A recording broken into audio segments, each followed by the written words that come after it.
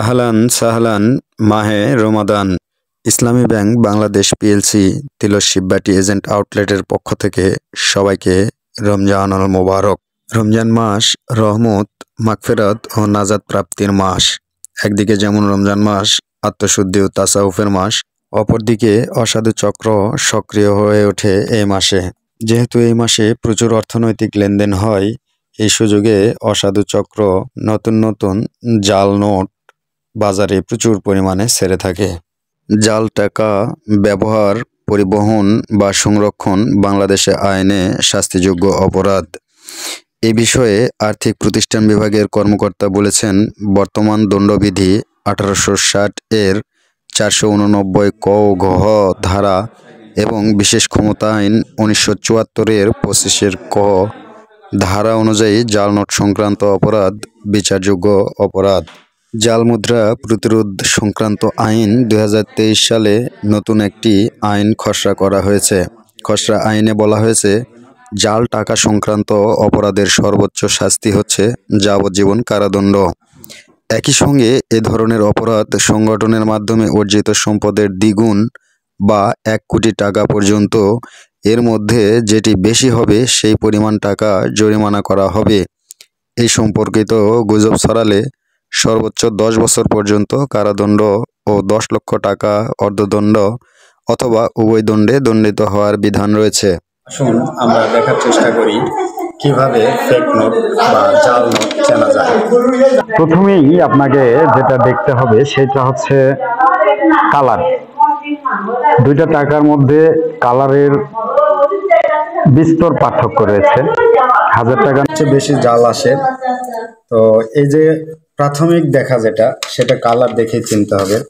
এখানে 3টা টাকা আছে, 3টা কালার 3 রকম। এটা অরিজিনাল টাকা। দ্বিতীয় যে জায়গাটা দেখতে হবে, প্রথম সন্দেহ কালার দেখেই হতে হবে। দ্বিতীয়ত যে জিনিসটা দেখতে হবে সেটা হচ্ছে এই যে এই পাশে, এটা ফোকাস করো।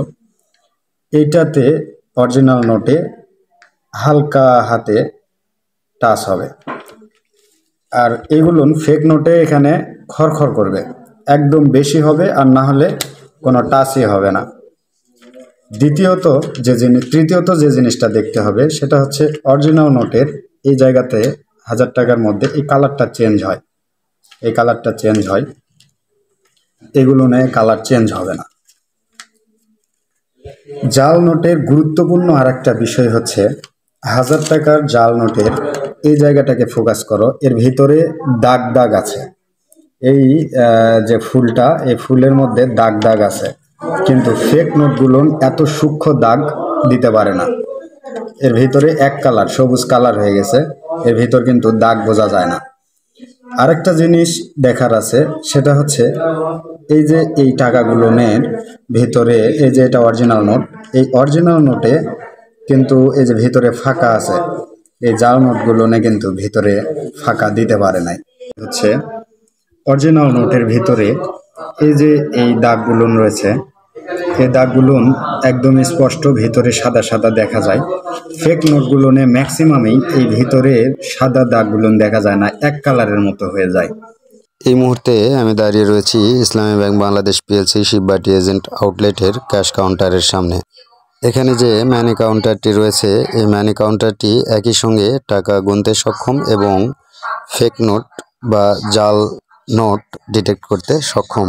ফেক নোটও ধরে দিবে। তো আমাদের সম্মানিত ক্যাশিয়ার টাকা দিলেন, এখানে কিন্তু কোনো বিপ দিল না, অর্থাৎ ফেক নোট কিন্তু ডিটেক্ট করতে পারলো না। সুপ্রিয় দর্শক, মেশিন এই ফেক নোট ডিটেক্ট করতে পারলো না। এর কারণ, এই ফেক নোটগুলো মূলত করা হয়েছে অন্য কোনো টাকার উপরে ছাপ দিয়ে। এই বিষয়ে আমরা এখন কথা বলবো ইসলামী ব্যাংক বাংলাদেশ পিএলসি সান্তাহার শাখার সম্মানিত প্রিন্সিপাল অফিসার জনাব মোহাম্মদ হযরত আলী স্যারের সঙ্গে। স্যার, আমার হাতে এই যে 2টা ফেক নোট রয়েছে, এই 2টা ফেক নোট কিন্তু মেশিন ডিটেক্ট করতে পারলো না। আপনি আমাদেরকে জানাবেন এর কারণ কি?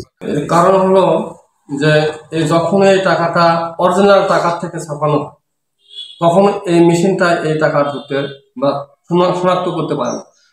আর যখনই নকল কাগজে টাকা ছাপানো হয় তখন সেই টাকাটা মেশিনটা শনাক্ত করতে সমর্থ হয়, কিন্তু এই কারণেই, আসল টাকার কারণেই এই টাকাটা আমরা শনাক্ত করতে পারি না।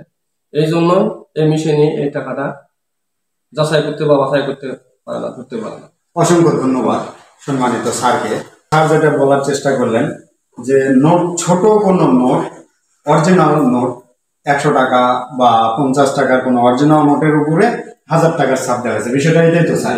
তো আমাদের সামনে উপস্থিত আছেন মুরাইলের বিশিষ্ট ব্যবসায়ী মেসার্স সোহাগ মোটরস অ্যান্ড ট্রেডার্সের স্বত্বাধিকারী জনাব মোহাম্মদ হাবিবুর রহমান সোহাগ। আমরা ওনার কাছ থেকে জানার চেষ্টা করব কিভাবে উনি ফেক নোট ডিটেক্ট করতে পারেন। বিসমিল্লাহির রহমানির রহিম। সর্বপ্রথম যখন আমরা টাকা গুনি তখনই জাল নোট যেটা আমাদের হাতে ভারী ভারী লাগে, আবার ঠান্ডা টাকা সিস্টেম হয়, মনে হয় পচা টাকা, এরকম ভারী টাকা হয়, তখনই আমরা বুঝতে পারি এই টাকাটা জাল নোট।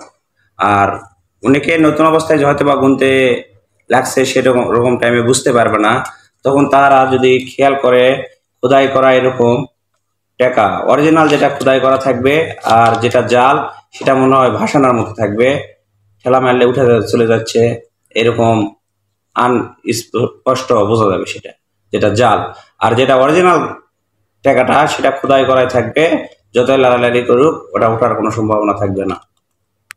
সুপ্রিয় দর্শক, যেমনটি বলছিলেন মিস্টার সোহাগ, টাকা ওনাদের হাতে আসলেই টাকার থিকনেস অর্থাৎ জাল টাকাগুলো উনি যেমনটি বলছিলেন যে জাল টাকাগুলো মোটা হয়। হ্যাঁ, যেহেতু অন্য টাকার উপরে ম্যাক্সিমাম জাল টাকাগুলো অন্য টাকার উপরে ছাপ দিয়ে করা হয়, সেই জন্য এই টাকাগুলো মোটা হয়।